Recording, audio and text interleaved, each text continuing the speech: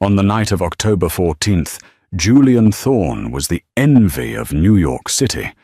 As the CEO of Etheria, he was worth $14 billion, standing on the steps of the Met with his stunning wife, Elena, on his arm. The cameras flashed, capturing what looked like the perfect American power couple. But look closely at the footage, and you'll see it. The moment Elena's eyes went cold. At 11:02 p.m., she excused herself to powder her nose. She never came back. By the time the sun rose over Central Park, Julian Thorne hadn't just lost his wife. He had lost his company, his fortune, and his freedom. This isn't just a disappearance. It's a masterclass in revenge. The air inside the Metropolitan Museum of Art was thick with the scent of expensive perfume and the distinct metallic tang of old money. It was the annual Obsidian Gala, the most exclusive event on the Manhattan social calendar. A single ticket cost $75,000, but for men like Julian Thorne, cost was an abstract concept. Julian stood near the Temple of Dender, swirling a glass of 1959 Dom Perignon. He was 42, with the jawline of a movie star and the cold, calculating eyes of a shark. He was the founder of Etheria, a data mining conglomerate that had recently secured a defense contract with the Pentagon worth billions. He was, by all accounts, the king of the city. Standing beside him was Elena. In a room full of peacocks, she was a swan, silent, graceful, and dressed in a vintage black velvet gown that seemed to absorb the light around her. She was wearing the Thorne diamond, a 40-carat yellow diamond necklace that Julian had bought at Christie's the year prior for $12 million. It was a collar, really. A very expensive collar. "Smile, darling," Julian whispered, his voice low and devoid of affection, though his face maintained a practiced grin for the photographer from Vanity Fair. "The senator is looking over here. Don't look so vacant." Elena blinked. It was the only sign she had heard him. "I have a headache, Julian. The lights are intense tonight." "It's a gala, Elena.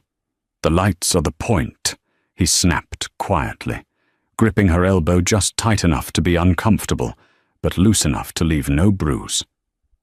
"Just get through the speech. Then you can go home and pop a Xanax." This was the dynamic of the Thorne marriage. To the public, they were a fairy tale. Elena was the charity darling, the woman who sat on the boards of hospitals and libraries. Julian was the titan of industry. Behind the heavy oak doors of their triplex penthouse on 57th Street, however, the reality was starkly different. Elena was a prop, a beautiful object Julian curated, much like the art on the walls. At 10:45 p.m., the chiming of a glass signaled the start of the speeches. Julian was set to announce a new philanthropic initiative, a tax write-off disguised as charity. He stepped onto the podium, the spotlight hitting him. He loved this, the adoration, the power. Elena stood in the shadows of the Egyptian wing. She watched him speak, her face unreadable. A waiter passed by with a tray of empty flutes. She caught his eye. It wasn't a flirtatious look. It was a signal, a micro-expression so fleeting that only a trained intelligence officer would have caught it. The waiter gave a barely perceptible nod and moved toward the service exit. At 10:58 p.m., Julian was wrapping up. "And to my beautiful wife, Elena, who is my anchor." He gestured to where she had been standing. The spot was empty. A ripple of confused laughter moved through the crowd. Julian's smile faltered for a fraction of a second before he recovered. "Ah, it seems my anchor has drifted off to the ladies' room. She never was one for the spotlight." The crowd laughed. Julian stepped down, shaking hands, accepting praise. But a knot of irritation tightened in his stomach. Elena knew the drill. She was supposed to be there for the applause. It was part of the contract, unspoken but understood. At 11:15 p.m., Julian checked his watch. It was a Patek Philippe Grandmaster chime, one of only 7 in the world. 15 minutes. That was too long. He signaled to his head of security, a massive former Navy SEAL named Marcus Cole. "Go find her," Julian murmured, sipping his champagne. "Tell her if she's sick, we'll leave, but she needs to come out now." Cole nodded and spoke into his wrist mic. 10 minutes later, Cole returned. His face, usually a mask of stoic professionalism, was pale. "Mr. Thorne," Cole whispered, leaning in close. "She's not in the ladies' room. Check the terrace. She probably went for a smoke. We checked the terrace. We checked the exits. We checked the CCTV, sir." Julian turned, his eyes narrowing. "And?" "The cameras in the East Wing. They looped, sir, from 10:55 p.m. to 11:05 p.m. Just 10 minutes of static footage." Julian felt a cold drop of sweat slide down his spine. Etheria specialized in surveillance. His home was a fortress. His life was monitored for the cameras at the Met during the highest security event of the year.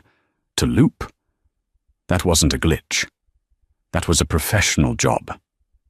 "Get the car," Julian hissed, abandoning his glass on a priceless ancient sandstone plinth. "Now." As Julian stormed out of the Met, pushing past confused socialites and paparazzi, he pulled out his phone to track Elena. They had a shared location app, a non-negotiable condition of their marriage. He opened the app. Elena's location, no signal. He tried to call her. "The number you have reached is no longer in service." Not turned off, not out of range, no longer in service. Julian sat in the back of his armored Maybach, his thumbs flying across the screen. He wasn't worried about her safety yet. He was worried about the optics. If she had been kidnapped, the stock price would wobble. If she had left him... No, that was impossible. She had no money. He controlled her accounts. He controlled her passport. She didn't even have the code to the front door of their apartment. "Take me to the office," Julian ordered the driver. "Sir?" Cole asked from the front seat. "Shouldn't we go home? The police." "No police yet," Julian roared. "If this gets out, the board will panic. Take me to the server room. I need to track her car's GPS manually." The Maybach tore down Fifth Avenue. The city lights blurred outside the window, a streak of gold and red. Julian Thorne didn't know it yet, but the Gala was the last time he would ever be a free man. The woman he called his wife had just initiated a sequence of events that had been 5 years in the making. Elena wasn't missing. She was simply executing the program. The headquarters of Etheria Systems was a 60-story monolith of black glass in the financial district. It was designed to look intimidating, a physical manifestation of the data it held. Julian marched through the lobby at 11:55 p.m., his security detail trailing him. The night shift guards jumped to attention, surprised to see the CEO still in his tuxedo, looking disheveled and frantic. "Unlock the master terminal," Julian barked as he entered his office on the top floor. His personal assistant, a young woman named Sarah who seemed to live at her desk, looked up in terror. "Mr. Thorne, is everything okay?" "Just do it, Sarah." He pushed past her and sat at his massive obsidian desk. He needed to access the God's Eye protocol.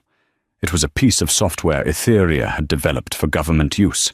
It could piggyback on traffic cameras, ATM cameras, and private security feeds to track a face anywhere in the city. It was illegal for private use, but Julian used it whenever he pleased. He typed in his biometric key. "Access denied." Julian froze. He retyped it. "Access denied. Biosignature mismatch." "What the hell?" He slammed his hand on the desk. "Sarah, why am I locked out of my own system?" Sarah rushed in, typing on her tablet. I don't know, sir. The system says your credentials were revoked. Revoked? By whom? I am the majority shareholder.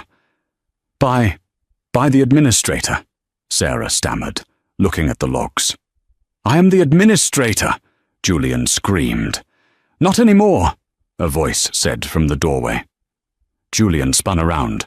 It wasn't Eleanor. It was his CFO, Arthur Pym. Pym was a small, nervous man who usually sweated through his suits.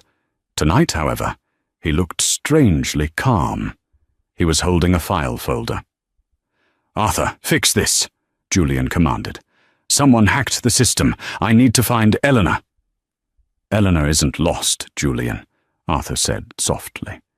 He walked into the room and placed the folder on the desk. She's merely unavailable. Julian stared at him.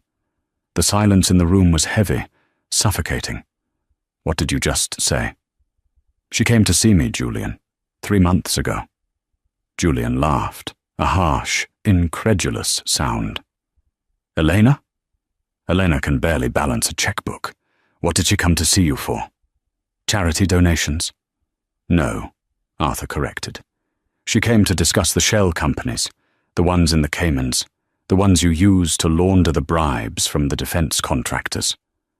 The blood drained from Julian's face. You're fired. Get out. I'll have you killed. You can't fire me, Arthur said, checking his watch. It was midnight. Because as of 12:07 a.m., Etheria Systems has filed for emergency Chapter 11 bankruptcy protection. What? Julian stood up, knocking his chair over. We have $4 billion in liquid cash. Arthur shook his head. We had $4 billion. At 11:15 p.m., right around the time your wife disappeared, a series of automated transfers were authorized. They utilized the override codes that only you possess. I didn't authorize anything. No, Arthur agreed, but the system thinks you did. The biometrics matched. The retinal scan matched. The voice print matched. Julian's mind raced. How? How could she? The contact lenses. 2 weeks ago, Elena had surprised him with a gift. New smart glasses for his work. She had insisted he try them on, calibrate them. She must have recorded his retinal data. And the voice? She recorded him constantly, claiming she wanted to save memories. Where is the money, Arthur? Julian whispered. Gone, Arthur said. Dispersed into 4,000 micro-accounts across 3 continents. It's untraceable. But that's not the worst part. Arthur opened the folder. Inside were photos. Photos of Julian meeting with sanctioned foreign officials. Photos of Julian with underage girls on a yacht in the Mediterranean. Photos Julian thought he had destroyed years ago. Elena didn't just take the money, Arthur said, his voice trembling slightly now, realizing the magnitude of what he had helped do. She took the black ledger, the encrypted drive you kept in the safe at the penthouse. The safe requires a thumbprint, Julian said, his voice barely audible. Yes, Arthur said. Did you ever wonder why she held your hand so tightly during movies? Or why she was so obsessed with that molding clay hobby last month? Julian collapsed onto the sofa. The magnitude of the betrayal was physical. It felt like a blow to the chest. Why are you telling me this? Julian asked. You're an accomplice. You'll go to jail too. No, Arthur said. I turned state's witness yesterday. Immunity. In exchange for my testimony against you. Sirens began to wail in the distance, getting louder. Red and blue lights flashed against the glass walls of the office, reflecting off the night sky. She left you something, Arthur said, pointing to Julian's computer. Check your personal email. She said the password is the date you killed her brother. Julian froze. He scrambled to the keyboard. He typed in a date, 09/12/2018. The screen unlocked. A single video file sat in the inbox. The subject line read, Checkmate. Julian clicked play. The video showed Eleanor, She wasn't wearing the designer gown or the diamonds. She was wearing a simple hoodie, sitting in what looked like a cheap motel room. She looked directly into the camera, her eyes clear, sharp, and terrifyingly intelligent. "Hello, Julian," the Elena on the screen said. "If you're watching this, I'm already out of US airspace. You probably think this is about the money, or the affairs, or the abuse." She leaned in closer to the camera. "But we both know what this is really about. You thought Silas committed suicide. You thought you cleaned up the mess when he threatened to expose your faulty guidance systems. You pushed him off that roof." Julian's hands were shaking so hard he could barely breathe. "You took my brother," Elena whispered. "So I took your life. I didn't want a divorce, Julian. I wanted to leave you with nothing. No money, no company, no reputation." On the screen, Elena smiled. It was a smile he had never seen before, predatory and triumphant. "The police are downstairs, Julian. They have the black ledger. I emailed it to the FBI, the SEC, and the New York Times 5 minutes ago. Enjoy the Gala aftermath." The video ended. The elevator doors pinged open. Detective Marcus Sterling walked in, flanked by 4 uniformed officers and 2 agents in FBI windbreakers. Sterling was a man who looked like he had seen too much darkness, and right now he was looking at Julian like he was a stain on the floor. "Julian Thorne," Sterling announced, holding up a pair of handcuffs. "You are under arrest for securities fraud, money laundering, and the murder of Silas Vance." Julian looked at the window. He looked at the empty champagne glass on his desk. He looked at Arthur Pym, who looked away. "She planned it," Julian whispered. "She planned it all." "You have the right to remain silent," Sterling said, snapping the cuffs onto Julian's wrists, the same wrists that had worn a $200,000 watch just an hour ago. "She's gone," Julian laughed, a manic, broken sound. "She vanished without a word." "Oh, she left plenty of words, Mr. Thorne," Sterling said, pushing him toward the elevator. "She left terabytes of them." As they marched Julian out of his own tower, the news tickers in Times Square were already changing. Breaking news. Billionaire Julian Thorne arrested. Etheria Systems collapses. Wife missing. But Eleanor wasn't missing. She was just beginning. For Julian Thorne, the fall from grace wasn't a slide. It was a cliff dive.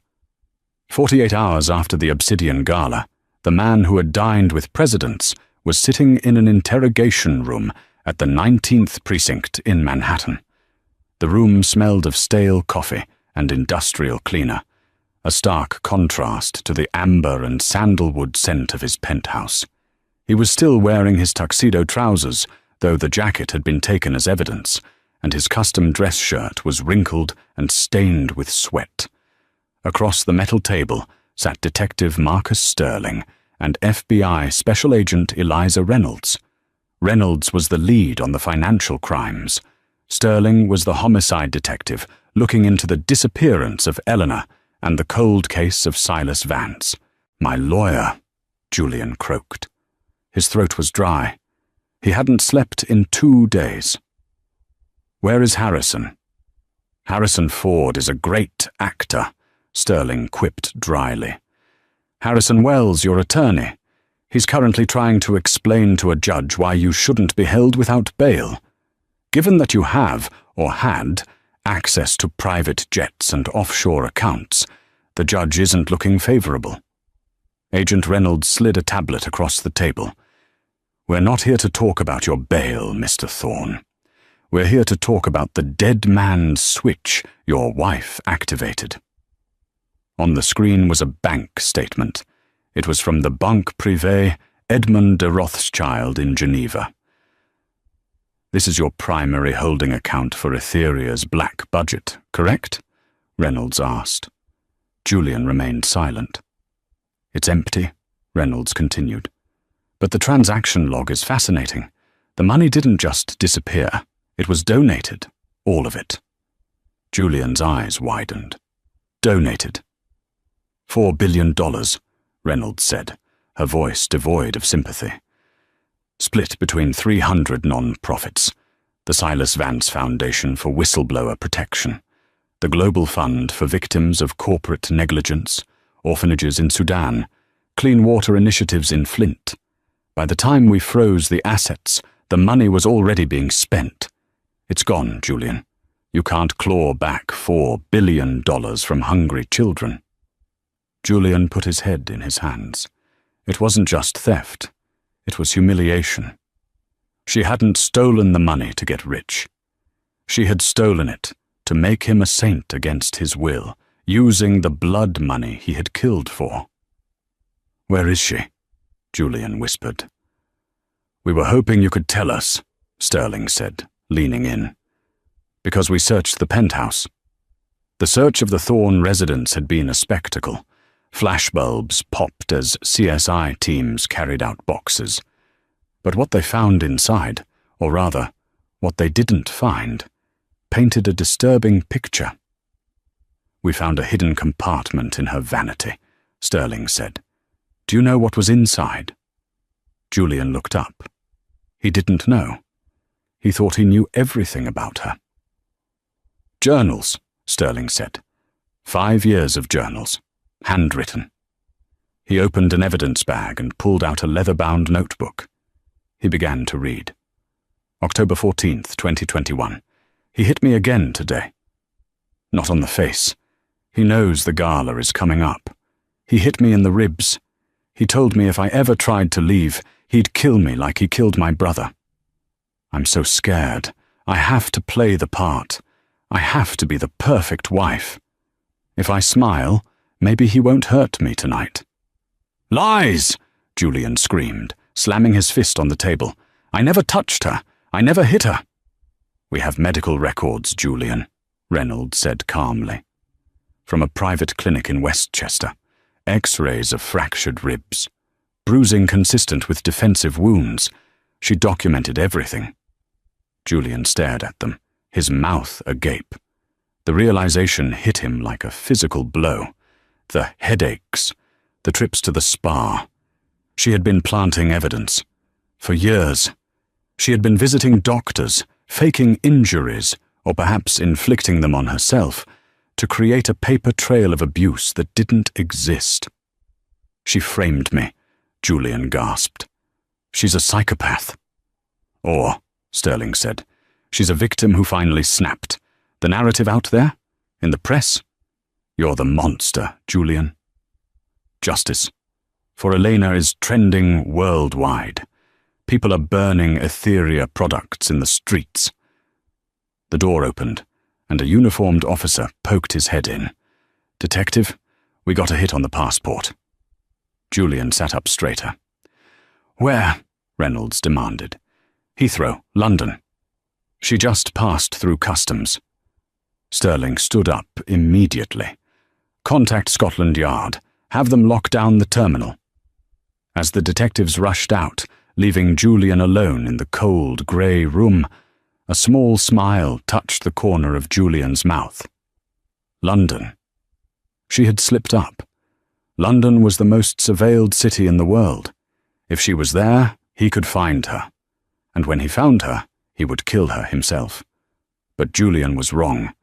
At that exact moment, 3,000 miles away, a woman with short, dyed blonde hair and coloured contacts was walking out of a train station in a small coastal town in Patagonia, Chile.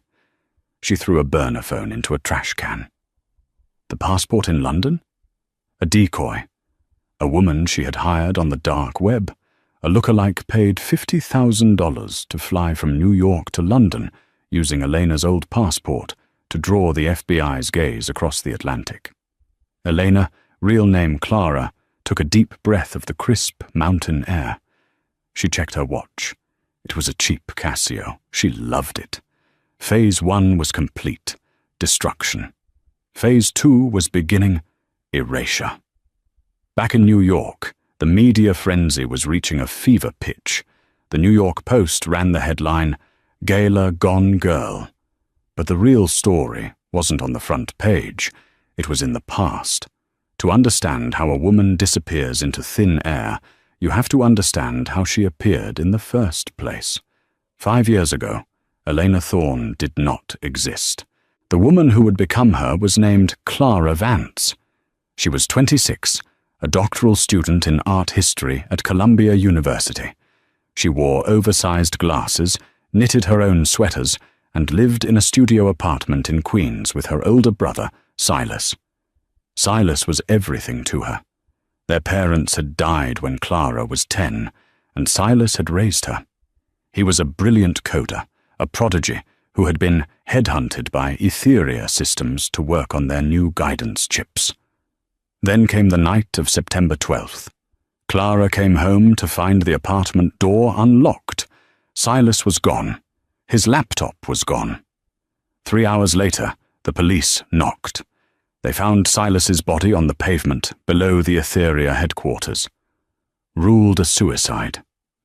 Workplace stress, the coroner said. Clara knew it was a lie. 2 days prior, Silas had told her, "I found something, Clara. The chips. They're failing the safety tests. But Julian Thorne is shipping them anyway. He's bribing the inspectors. If these go into planes, people will die. I'm going to confront him." Clara tried to go to the police. She was laughed out of the precinct. Etheria's lawyers descended on her with NDAs and cease and desist orders. They buried her in legal threats until she was too broke to fight. She stood at Silas's grave on a rainy Tuesday. There was no one else there. Just her and the wet earth. "I won't sue them, Silas," she whispered to the headstone. "A lawsuit is a transaction. I don't want their money. I want their life." That day, Clara Vance died. She spent the insurance money not on rent, but on a transformation. She dropped out of Columbia. She moved to a grim apartment in New Jersey where no one knew her. She began to study Julian Thorne like a thesis project. She watched every interview he had ever given. She analyzed his gaze. He liked women who were elegant, but submissive. Women who were cultured, but not louder than him. He had a weakness for classical music and the Renaissance period. He hated desperate women. He wanted a challenge, but a conquerable one. She spent 6 months changing her physical appearance. She starved herself to lose 20 pounds, achieving the heroin chic look Julian favored. She dyed her hair from a mousy brown to a striking raven black. She took voice lessons to lower her pitch, smoothing out her Queen's accent into a transatlantic lilt that suggested boarding schools in Switzerland. She changed her name legally to Elena Vesper. She forged a background, orphaned daughter of a minor French diplomat, educated in Europe, working as a freelance art consultant. It was vague enough to be hard to check, but specific enough to sound elite. Then, she set the trap. She knew Julian attended Art Basel in Miami every December. It was his hunting ground for both investments and mistresses. Elena spent her last $10,000 on a VIP pass and a white Dior dress. She spotted him on the second day, standing in front of a Rothko, looking bored. A gaggle of models were trying to get his attention, laughing too loudly at his jokes. Julian looked miserable. Eleanor didn't approach him. She stood 10 feet away, staring at the same painting, her expression one of mild disgust. Julian noticed her. He noticed that she wasn't looking at him. He walked over. "You don't like the Rothko?" Elena didn't turn to face him immediately. She waited 3 seconds, a psychological trick to establish dominance. Then she turned, her eyes cool. "It's derivative. This is from his Depression era, but it lacks the visceral anger of his earlier work. It's just sad. Rich people buy it to feel deep, but they just end up with a very expensive red square." Julian blinked. He laughed, a genuine sound. "I'm Julian." "I know," Elena said simply. She turned back to the painting. "I'm Elena." She walked away. She didn't give him her number. She left the gallery. It was the hook. Julian Thorne was a man who could have anything he wanted. The moment she walked away, he became obsessed. He hunted her down. He sent flowers to the gallery she claimed to consult for. He invited her to dinner. She declined the first 2 invitations. She accepted the third. On their first date, she let him do 80% of the talking. She mirrored his body language. When he leaned in, she leaned in. When he drank, she drank. She made him feel like he was the most fascinating man in the world, not by complimenting him, but by listening with an intensity that felt like intimacy. 6 months later, he proposed. She accepted, but with hesitation. "I don't care about your money, Julian," she had told him, eyes wide with fake sincerity. "I'm afraid the lifestyle, it will change us." "It won't," he promised. "I'll take care of you." The wedding was the social event of the season. As she walked down the aisle, wearing a $100,000 Vera Wang dress, Clara Vance looked at the man waiting at the altar. She didn't see a husband. She saw a target. The night of the honeymoon, while Julian slept in their suite in the Maldives, Elena sat on the balcony. She opened her laptop. She inserted a small USB drive she had stolen from his briefcase while he was in the shower. She began to copy the files. For 4 years, she played the long game. She endured his temper. She endured his coldness. She played the trophy wife perfectly. She organized his galas. She charmed his investors. And every night, while he slept, she was awake. She learned his passwords. She learned where the bodies were buried, metaphorically and literally. She found the proof of Silas's murder in a deleted email archive he thought was scrubbed. She slowly moved assets. She set up the shell companies for the donations. She planted the diary entries. She staged the medical records. It was exhausted work. Hating someone that much takes energy. But the hardest part wasn't the hacking. It was the acting. It was letting him touch her. It was saying, "I love you," to the man who killed her brother. But she did it. She did it for Silas. And now, 5 years later, sitting in that cabin in Patagonia, Elena Vesper was dead. Clara Vance was dead. She looked in the mirror of the cabin. She took a pair of scissors and began to cut the blonde wig. "Now," she whispered to her reflection, "who shall I be next?" She picked up a map of the world. Julian was in jail, but the system was corrupt. He might get out. He had powerful friends. If he got out, he would come for her. She was counting on it, because she hadn't just stolen his money. She had kept one thing for herself, one piece of leverage that ensured he would chase her to the ends of the earth. She reached into her bag and pulled out a small, velvet pouch. Inside was the Thorne diamond, the 40-carat yellow diamond she had worn to the gala. It wasn't just a necklace. On the back of the setting, laser-inscribed in microscopic text, were the launch codes for Etheria's government defense satellites. She held the diamond up to the light. It fractured the sun into 1,000 rainbows. "Come and find me, darling," she said. The Metropolitan Correctional Center, MCC, in Lower Manhattan, is often described as Guantanamo North. For Julian Thorne, who was used to 1,000-thread-count sheets and chefs who specialized in molecular gastronomy, the 6x8 concrete cell was less a room and more a tomb. It had been 1 week since his arrest. The media storm outside was relentless. Every news channel was running 24/7 coverage of the fall of the House of Thorne. But inside the MCC, Julian was dealing with a different kind of pressure. At 10:10 a.m., the heavy steel door buzzed open. "Legal visit," the guard grunted. Julian was shackled, and marched down a sterile hallway to a small, soundproofed room. He expected to see Harrison Wells, his frantic attorney who was currently drowning in discovery paperwork.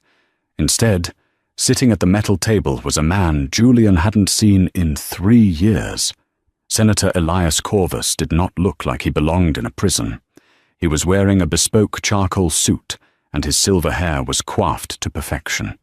Corvus was the chairman of the Senate Intelligence Committee. He was also the silent partner who had ensured Etheria won the Pentagon contracts. Julian sat down, the chains rattling. "You shouldn't be here, Elias. It's bad optics." "Optics are the least of my concerns, Julian," Corvus said, his voice smooth and cold as liquid nitrogen. "Do you know what happened this morning? The Pentagon suspended the Etheria contract. The stock is trading at 40 cents. You are toxic." "I can fix it," Julian said, leaning forward. "I just need bail. I need to get to my servers." "There is no fixing this," Corvus interrupted. "The board met last night. We are cutting you loose. You're going to be the fall guy, Julian. You'll plead guilty to all charges. Embezzlement, fraud, the murder of the Vance boy. You'll take 2 life sentences.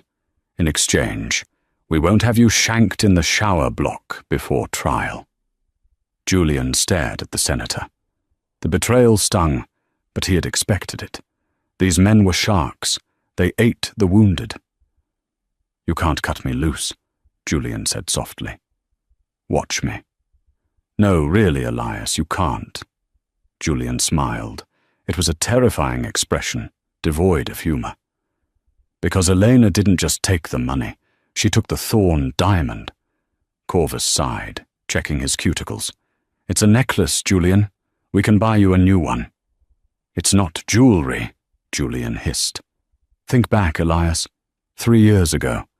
The Project Sentinel encryption keys, the back doors to the drone guidance systems.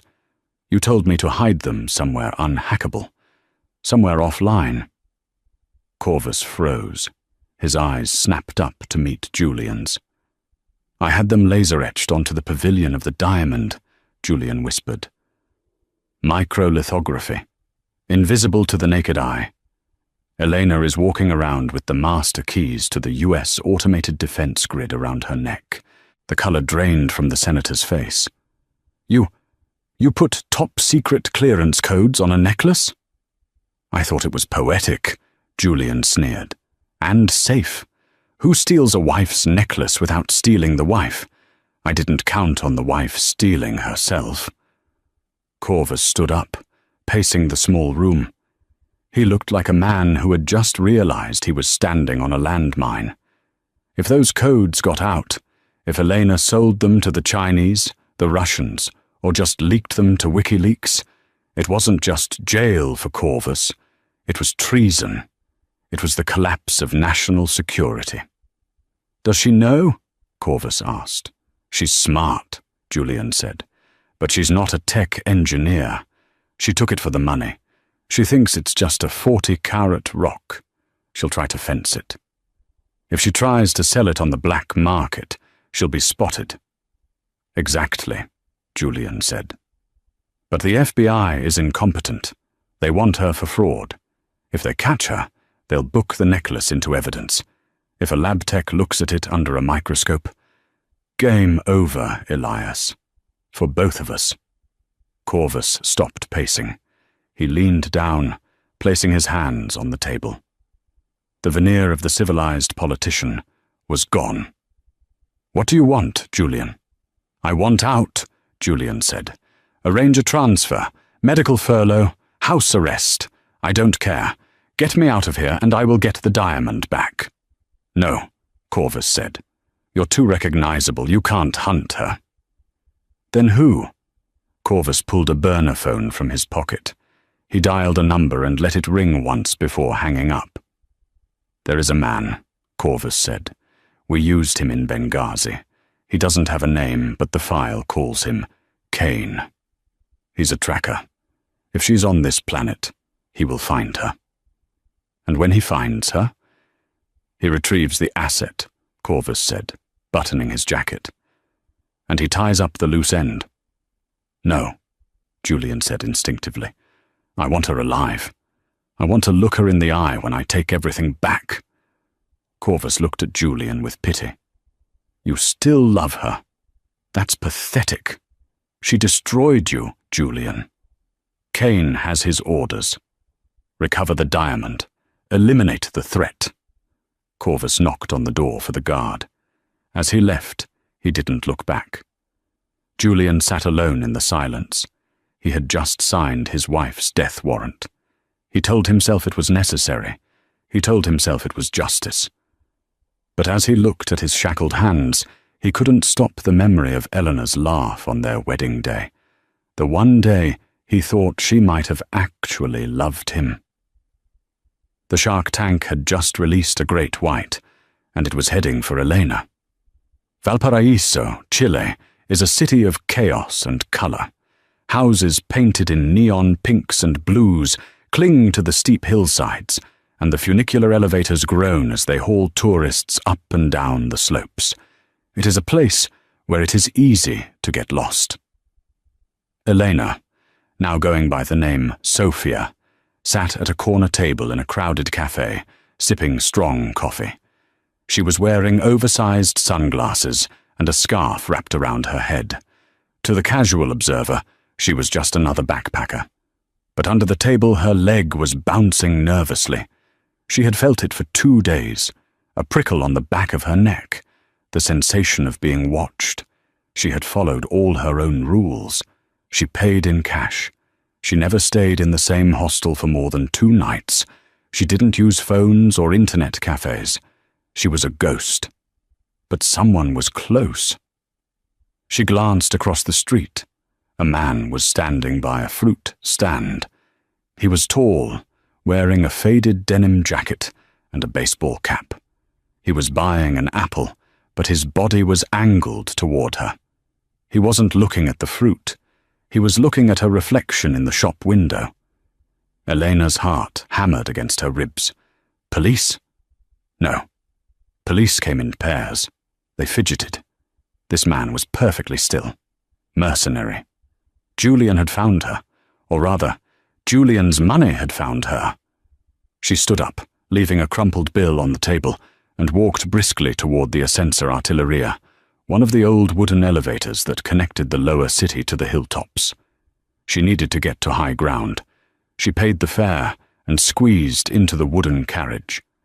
As the doors began to close, she saw the man in the denim jacket walking toward the entrance. He wasn't running. He was walking with a terrifying, measured pace. He knew he had her cornered. The elevator jolted and began to ascend. Elena looked out over the harbor, the shipping containers stacked like Lego bricks below. She reached into her bag and gripped the handle of a ceramic knife she had bought at a market. Metal detectors couldn't find it, but it was sharp enough to slice through steak or an artery. The elevator reached the top. Elena burst out, blending into a tour group of elderly Germans. She wove through the colorful alleyways of the Paseo 21 de Mayo. She turned a corner into a narrow alleyway, known for its street art. It was empty. Bad move. She spun around to backtrack, but he was there. The man stood at the entrance of the alley. Up close, he was older than she thought. His face was a map of scars, and his eyes were dead. This was Kane. "Mrs. Thorne," he said. His voice was gravel. "You're hard to find." Elena backed away. "I don't have the money. I donated it." "I don't care about the money," Kane said, taking a step forward. He produced a pistol with a suppressor. It looked huge in his hand. "The senator wants the necklace." Elena froze. The necklace? Why would they send a hitman for a necklace? It was insured. Julian had millions in jewelry. Why chase her to the end of the world for the yellow diamond? Unless... Her mind flashed back to the Gala, to Julian's obsession with the piece. "Never take it off, Elena. It's our insurance policy." She had thought he meant financial insurance, but looking at the gun in Kane's hand, she realized it was something else, something far more dangerous. "I don't have it," Elena lied. "I pawned it in Buenos Aires." Kane sighed. "Don't lie to me. My scanner picked up the unique radiation signature of the diamond setting 10 minutes ago. It's in your bag." Radiation signature? What the hell was in this necklace? "Give it to me," Kane said, raising the gun. "And maybe I make this quick." Elena looked around. Stone walls on both sides. No exit behind her. She was trapped. She slowly reached into her bag. Kane tensed, his finger tightening on the trigger. She pulled out the velvet pouch. "Smart girl," Kane said. "Toss it here." Eleanor held the pouch up. Then, with a scream of rage, she hurled it, not at Kane, but over the wall to her right. The wall that overlooked the cliffside dropped to the harbor below. The pouch sailed through the air. Kane's eyes followed the arc. For a split second, professional instinct warred with his orders. The mission was the diamond. The girl was secondary. He lunged toward the wall to see where it landed. That split second was all Elena needed. She didn't run away. She ran at him. She slammed into his side, driving the ceramic knife into his shoulder. It wasn't a lethal blow, but it was shocking. Kane grunted, stumbling back. The gun fired, the bullet chipping the stone wall inches from her ear. Elena didn't wait to see if he fell. She scrambled past him, sprinting back toward the main plaza, back towards the crowds. "Help!" she screamed in Spanish. "He's trying to rob me!" Heads turned. A group of local men stepped forward, blocking the alley entrance. Kane, clutching his bleeding shoulder, looked at the crowd, then at Elena, disappearing into the throng. He couldn't shoot a civilian in broad daylight. Not here. He holstered the weapon and faded into the shadows. He had lost the element of surprise. Elena ran until her lungs burned. She didn't stop until she was inside a busy bus terminal. She locked herself in a bathroom stall and collapsed, shaking uncontrollably. She reached into her bra. The velvet pouch was still there, warm against her skin.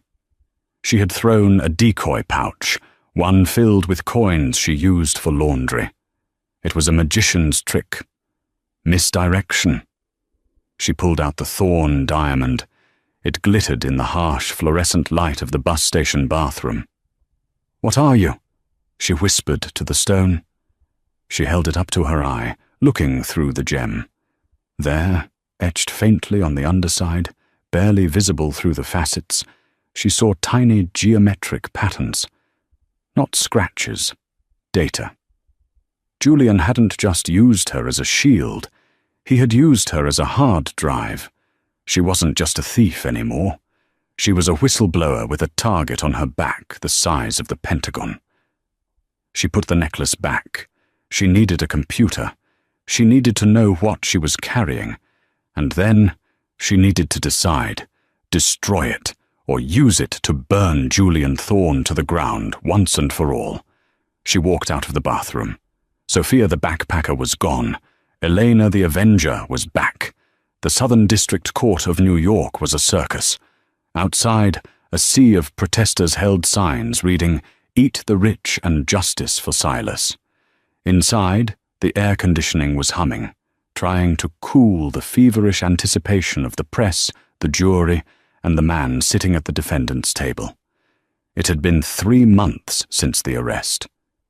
Julian Thorne looked thinner, his skin pallid from the lack of sunlight, but his arrogance had returned. He sat in a perfectly tailored suit, brought to him by his legal team, and projected an air of bored indifference. He wasn't worried. He had the deal. Senator Corvus had kept his word. The shadow board had arranged things behind the scenes. The judge, the Honorable Thomas Holloway, was an old friend of Corvus from their Yale days. The prosecutor, while aggressive on TV, had been quietly incentivized to fumble the cross-examination. Julian was going to plead guilty to a lesser charge of corporate negligence. He would serve 2 years in a minimum security facility, that had tennis courts. Then he would retire to a non-extradition country with the hidden millions he had stashed in cryptocurrency, money Elena hadn't found.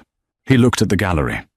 Senator Corvus was there, sitting in the back row, looking like a concerned public servant.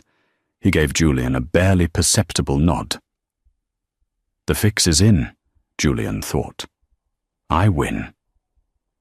What Julian didn't know was that 3,000 miles away, in a dimly lit server farm in São Paulo, Brazil, Elena was watching the live stream of the trial. She wasn't running anymore. The incident with Cain in Chile had changed her. She realized that as long as Julian had powerful friends, she would never be safe. She couldn't just hide. She had to sever the head of the snake. She sat before a bank of monitors, the Thorn Diamond resting on the desk next to a high-powered laser scanner. She had spent weeks decrypting the data etched into the stone. It wasn't just launch codes. It was a ledger of every bribe, every assassination, and every rigged election funded by Corvus and his associates over the last decade. Julian had kept it as leverage. "You wanted insurance, Julian?" Elena whispered, her fingers flying across the keyboard. "I'm about to cash out your policy." She didn't leak the data to the press. The press could be spun. The press could be bought. She leaked it to the only people Corvus feared more than the FBI. She sent the files to the cartel leaders Corvus had double-crossed. She sent the files to the foreign intelligence agencies Corvus had spied on. And finally, she sent the unredacted files on Judge Holloway's offshore accounts directly to the Department of Justice's Internal Affairs Division, spoofing the email so it looked like it came from Julian's personal iPad in the courtroom. In the courtroom, the proceedings were dragging on. "Mr. Thorn," Judge Holloway said, peering over his spectacles, "we are ready to hear your plea." Julian stood up, buttoning his jacket. "Your Honor, I plead BZZT." Every phone in the courtroom buzzed simultaneously. It was a jarring, dissonant sound. The judge frowned. "Order. Turn off your devices." But the buzzing didn't stop. It was followed by a collective gasp from the press gallery. Reporters were looking at their phones, their eyes wide. Senator Corvus checked his BlackBerry. His face went from calm to grey in the span of a heartbeat. He looked at the message he had just received. It was a forwarded email from Julian. Subject: "If I go down, you all burn." It contained the coordinates of Corvus's illegal arms shipments. Corvus looked up. His eyes locked with Julian's. Julian smiled, confused by the interruption, thinking this was part of the plan. Corvus didn't smile back. The look he gave Julian was one of pure, unadulterated hatred. He tapped his earpiece, whispering 3 words to his chief of staff outside. "Burn the asset." At the same time, a clerk rushed up to the bench and handed Judge Holloway a note. The judge read it. His hands began to shake. The DOJ had just flagged his accounts. He had been compromised, and the email signature said it was Julian Thorn who had leaked it. The atmosphere in the room shifted instantly. The temperature seemed to drop 10 degrees. "Mr. Thorn," Judge Holloway said, his voice trembling with rage, "the plea deal is rejected." Julian blinked. "Excuse me?" I said, "The plea deal is rejected." Holloway slammed his gavel so hard the wood splintered. "In light of new evidence regarding the extent of your criminal enterprise, this court finds you a flight risk and a danger to national security." "This wasn't the deal," Julian shouted, looking back at Corvus. "Elias, fix this." Corvus stood up. "I have no idea what this man is talking about," he announced loudly to the press. "I hope justice is served swiftly." He turned and walked out. Julian watched him go, the blood draining from his face. "No, no, he's lying. We have a deal." "Sit down, Mr. Thorn," the bailiff barked. Then the screens in the courtroom, the large monitors used for evidence, flickered. The courtroom gasped. The official seal of the court was replaced by a live video feed. It was Eleanor. She was sitting in shadow, her voice modulated, but her face was visible. She looked directly into the camera. "Hello, Julian," she said. Her voice boomed through the courtroom speakers. "Elena!" Julian screamed, lunging toward the screen. The marshals grabbed him, slamming him back into his chair. "You killed my brother because he found a flaw in your system," Elena said calmly. "You thought you were untouchable because you owned the people who make the laws, but you made a mistake. You wrote down your sins." She held up the Thorn diamond. "You told me this was our insurance. You were right. I just sent the encryption keys to the FBI, the CIA, and a few other interested parties. You are currently the most wanted man in the world, Julian. Not by the police, but by the people you betrayed." She leaned closer to the camera. "You have nothing left. No money. No friends. No future. You are going to die in a cage, knowing that a trophy wife put you there." Julian struggled against the marshals, his eyes wild, spit flying from his mouth. "I'll kill you! I'll find you and I'll kill you!" "You can't find me," Elena said. "I never existed." The screen went black. The courtroom erupted into chaos. The judge was shouting for order. The press was screaming questions. Julian Thorn slumped in his chair. He looked at the empty doorway where Corvus had left. He realized, with a terrifying clarity, what had just happened. Elena hadn't just framed him. She had turned his allies into his executioners. He wasn't going to a country club prison. He was going to a hole in the ground, and he would be lucky if he survived the night. 6 months later, ADX Florence is the highest security prison in the United States. It houses terrorists, spies, and gang leaders. In cell block H, Julian Thorn sat on a concrete slab. He had aged 20 years. His hair was white. He had not spoken a word since the sentencing. He was serving 3 consecutive life sentences without the possibility of parole. He spent his days staring at the wall, replaying the Gala in his mind. The moment he looked away. The moment she vanished. The slot in his door slid open. A guard pushed a plastic tray through. "Mail call," the guard grunted. "Although I don't know who'd write to a rat like you." Julian didn't move. "It's postmarked from nowhere," the guard muttered, tossing a small envelope onto the floor. Julian waited for the guard's footsteps to fade. He slowly stood up and picked up the envelope. It was heavy. He tore it open. Inside was a photograph. It was a picture of a cliffside in Patagonia overlooking a blue ocean.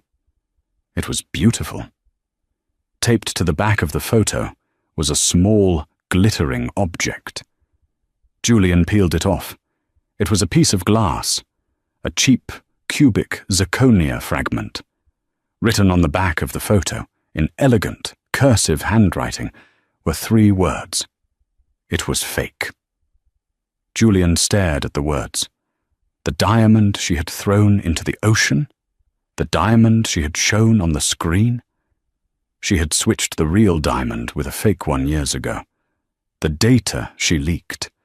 She must have copied it from his computer manually. The diamond itself, the $12 million stone, she had probably sold months ago to fund her new life.